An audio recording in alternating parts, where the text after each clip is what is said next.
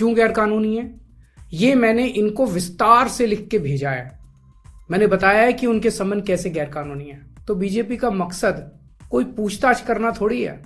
इनका मकसद है पूछताछ के बहाने केजरीवाल को बुला लो और उसे गिरफ्तार कर लो ताकि मैं लोकसभा चुनाव में प्रचार ना कर पाऊं। आज हम बीजेपी का मुकाबला क्यों कर पा रहे हैं? क्योंकि हमने कोई भ्रष्टाचार नहीं किया। अगर हमने जरा सा भी गलत काम किया होता तो दूसरे भ्रष्टाचारी नेताओं की तरह आज भी हम बीजेपी में शामिल हो चुके आज तो होते आज तक। नमस्कार। शराब घोटाला, पिछले 2 साल से यह शब्द आपने कई बार सुना होगा। 2 साल से बीजेपी की सारी एजेंसीज कई रेड मार चुकी हैं, कई लोगों को गिरफ्तार कर चुकी हैं, लेकिन अभी तक एक भी पैसे का हेरफेर कहीं नहीं मिला। कहीं से एक भी पैसा नहीं मिला। अगर भ्रष्टाचार वाकई हुआ है तो इतने करोड़ों रुपए गए कहां? क्या सारा पैसा हवा में गायब हो गया? सच्चाई यह है कि किसी तरह का कोई भ्रष्टाचार हुआ ही नहीं। अगर होता तो पैसा भी मिलता। ऐसे फर्जी केस में आम आदमी पार्टी के कई नेताओं को इन्होंने अभी तक जेल में रखा हुआ है। किसी के भी खिलाफ कोई सबूत नहीं है, कुछ साबित नहीं हो रहा, खुलेआम गुंडागर्दी चल रही है। किसी को भी पकड़ के जेल में डाल दो। अब बीजेपी मुझे गिरफ्तार करना चाहती है। मेरी सबसे बड़ी संपत्ति, मेरी सबसे बड़ी ताकत मेरी ईमानदारी है।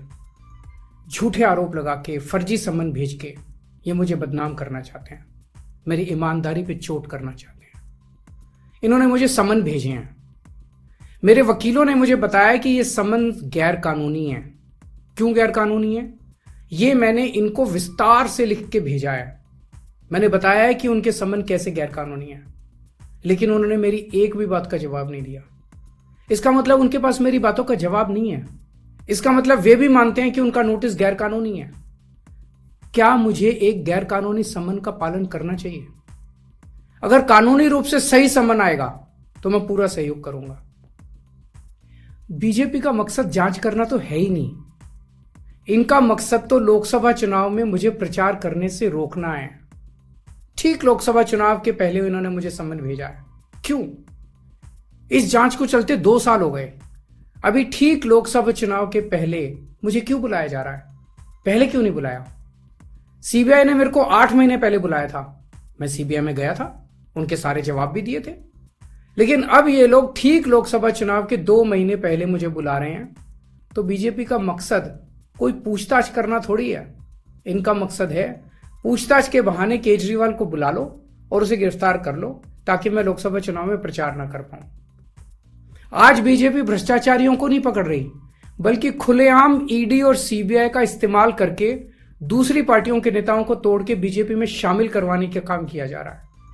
एक नहीं, 2 नहीं, कितने उदाहरण हैं जहां किसी पार्टी के नेता के खिलाफ ईडी सीबीआई के मामले चल रहे थे या उन पे गंभीर आरोप लगे हुए थे। जैसे ही वो नेता बीजेपी में शामिल हुए, उनके सारे पुराने मामले बंद कर दिए गए या ठंडे बस्ते में डाल दिए गए। तो जो इनकी पार्टी ज्वाइन कर लेता है उसके सारे मामले रफा दफा कर दिए जाते हैं। जो इनकी पार्टी में नहीं जाता वो जेल जाता है। आज मनीष सिसोदिया, संजय सिंह और विजय नायर इसलिए जेल में नहीं है कि उन्होंने भ्रष्टाचार किया है। वो इसलिए जेल में है क्योंकि उन्होंने बीजेपी में शामिल होने से इंकार कर दिया है। आज हम बीजेपी का मुकाबला क्यों कर पा रहे हैं? क्योंकि हमने कोई भ्रष्टाचार नहीं किया।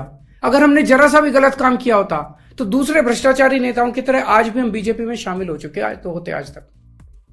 इस तरह देश के ईमानदार नेताओं को जेल में डाल के और भ्रष्टाचारियों को अपनी पार्टी में शामिल करवा के ऐसे तो देश आगे नहीं बढ़ सकता। ये क्या चल रहा है? ये जो कुछ भी चल रहा है बहुत खतरनाक है। ये हमारे जनतंत्र के लिए बहुत गलत है। इसे रोकना होगा। मैं हमेशा देश के लिए लड़ा हूं। मेरा तन मन धन देश के लिए है।